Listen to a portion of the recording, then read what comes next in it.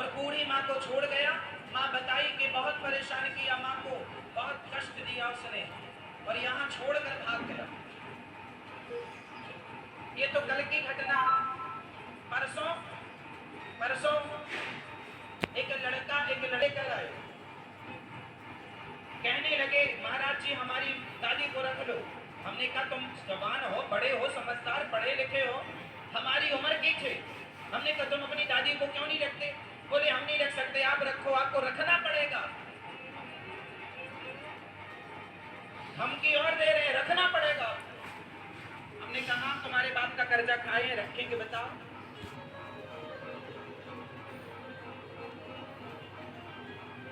तुम्हारे हाथ पांव हैं, कमा के खवा सकते हो, दादी को क्यों नहीं कमाते?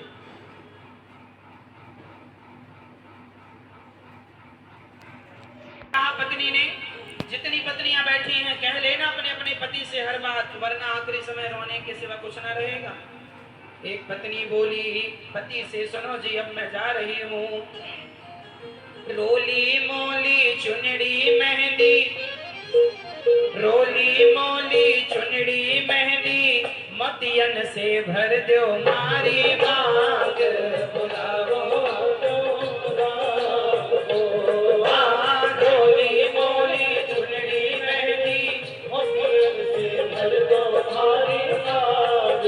बुलाओ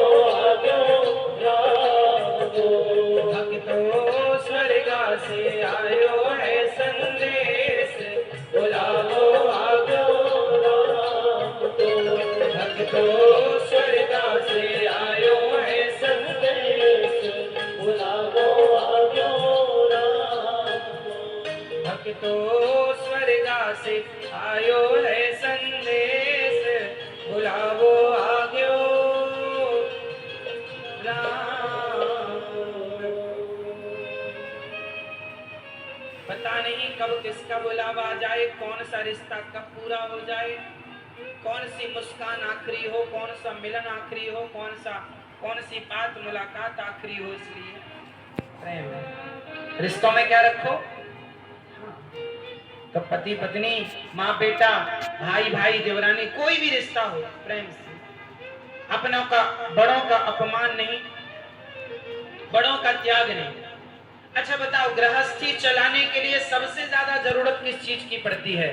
20 करोड़ रुपए का सवाल पूछ रहा हूं मैं आपसे, यदि सही उत्तर दोगे तो 20 करोड़ का ज्ञान मिलेगा। 20 करोड़ का सवाल ये है, एक गृहस्थी को पति पत्नी के बीच में क्या होना चाहिए? पति पत्नी के रिश्ते को ठीक ठीक चलाने के लिए क्या होना चाहिए? ऑप्शन 4, पहला पैसा, दूसरा प्यार, तीसरी सहनशीलता या चौथी समझदारी। पति पत्नी के बीच में क्या होना चाहिए रिश्तों को चलाने के लिए? जोर से। पैसा, प्रेम, सहनशीलता या समझदारी? जोर से बोलो, क्या चाहिए? रिश्तों को चलाने के लिए क्या चाहिए? प्रेम। प्रेम तो हो ही जाएगा, रिश्ते रहेंगे तो प्रेम होगा, तो समझदारी आएगी, और रिश्ते तब रहेंगे जब पति पत्नी के बीच में सहनशीलता होगी।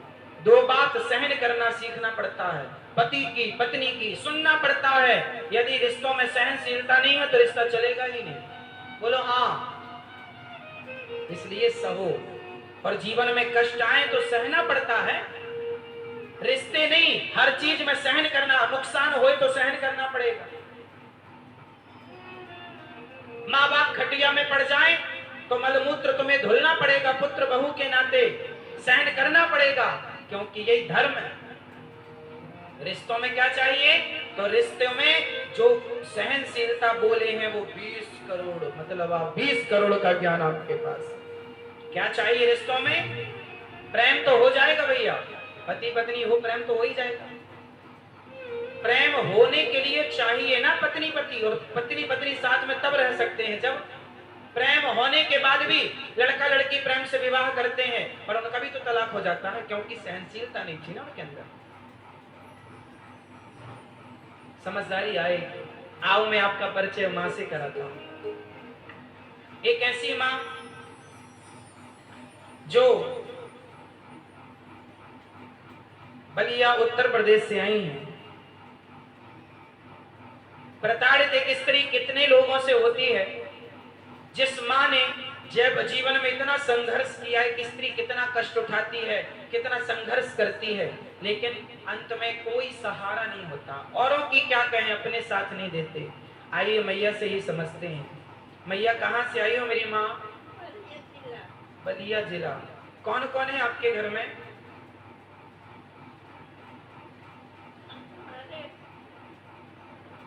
भाई थे।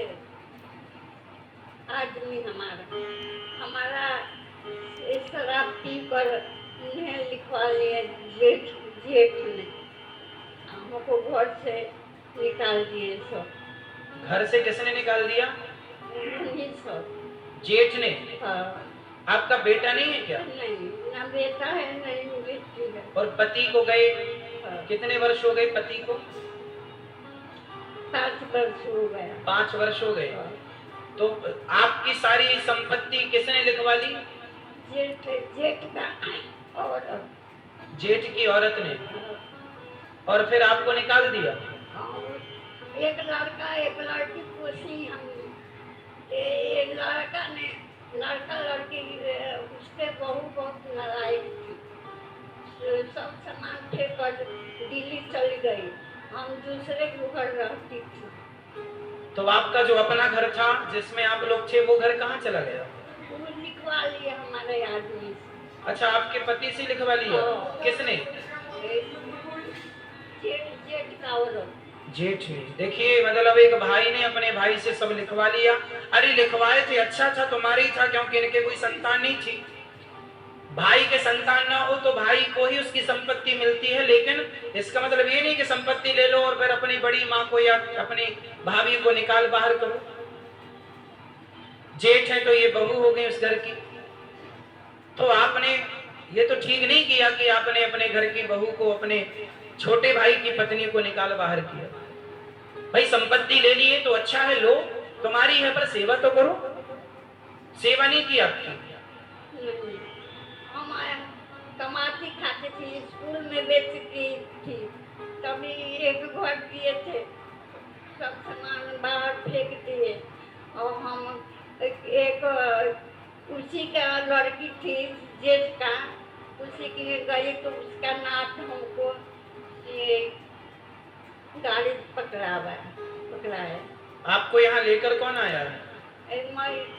छात्रा में जेठ का लड़की का लड़का था, उसी ने हमको छापरा छोड़ दिया। छापरा से हम अकेले आए मथुरा से। अच्छा, छपरे से अकेले आई।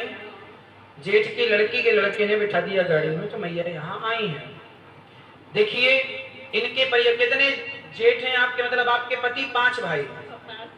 इनके पति को चले गए तो 4 बच्चे। 4 हैं अभी?